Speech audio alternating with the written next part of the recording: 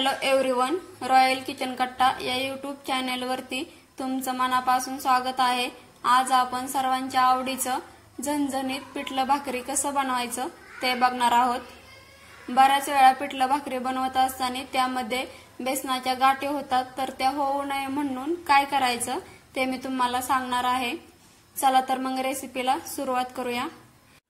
सर्वप्रथम आपल्याला कढईमध्ये तेल ओतून घ्यायचं आहे। इथं मी 2 पळ्या तेल ओतलेलं आहे।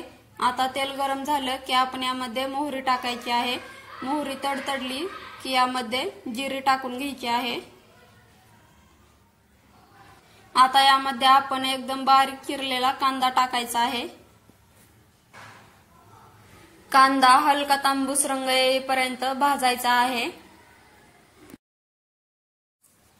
आता आपण यामध्ये अर्धा चमचा हळद टाकूया। हळद जास्तही टाकायची नाही, नाहीतर खाताना ते कडवट लागतं।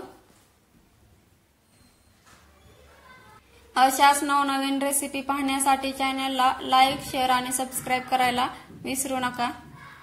आता आपण यामध्ये कढीपत्त्याची पाने टाकून घेऊया। तुम्ही जर कढीपत्त्याची पाने ताजी घेतली असतील तर आपण ज्या वेळेस जिरी मोहरी टाकली त्यावेळेसच टाकायची आहेत। आता यामध्ये आपण मिरची पावडर टाकून घेऊया। इथं तुम्ही मिरचीचा ठेचा जरी टाकला तरीही चालेल।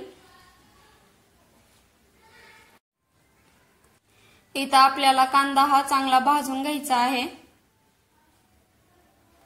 बऱ्याच वेळा आपण पिठलं बनवत असताना त्यामध्ये बेसनाच्या गाठी होतात, तर त्या गाठी तयार होऊ नये म्हणून आपण कोणत्या टिप्स फॉलो केल्या पाहिजेत ते मी तुम्हाला सांगणार आहे। कांदा भाजलेला आहे। आता यामध्ये आपण पाणी ओतून घेऊया।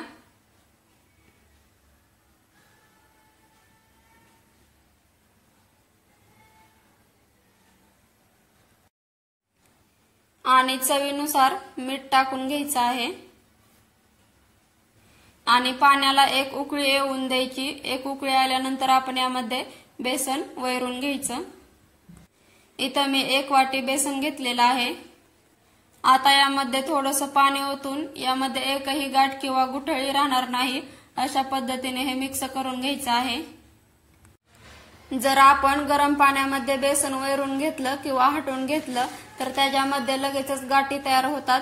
त्यामुळे आपण अगोदरच असं बेसन पिठामध्ये पाणी ओतून त्यामधल्या सगळ्या गाठी फोडून घ्यायच्या आहेत।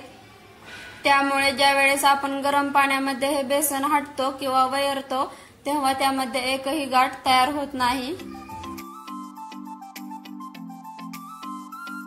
तुम्ही इथं बघू शकता पाण्याला उकळी आलेली आहे। आता आपण जे बेसनचं बॅटर तयार करून घेतलं होतं ते यामध्ये ओतून घेऊया।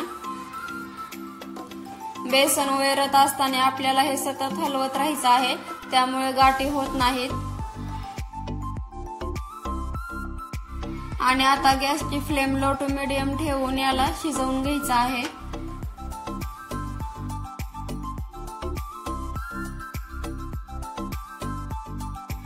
पिठलं शिजलं की नाही ते कसं ओळखायचं ते मी तुम्हाला सांगते। याच्यावरती हलकीशी साय आल्यासारखं होतं, जशी दुधावरती येते ना अगदी तशीच, आणि याला मस्त अशी शाईन येते। त्यावेळेस आपलं पिठलं शिजलेलं असतं। तुम्ही यामध्ये अद्रक लसणाची पेस्टही टाकून घेऊ शकता।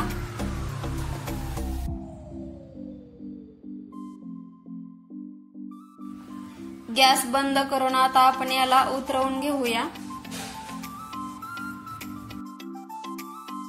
तुम्ही इथं बघू शकता एकदम झणझणीत असं पिठलं भाकरी आपलं तयार आहे।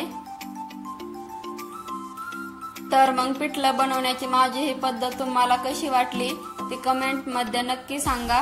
तुम्ही ही घरी नक्की बनवा। यावरती आता आपण कोथिंबीर टाकून घेऊया। तुम्ही फोडणीच्या वेळेस जरी कोथिंबीर टाकून घेतली तरीही चालेल।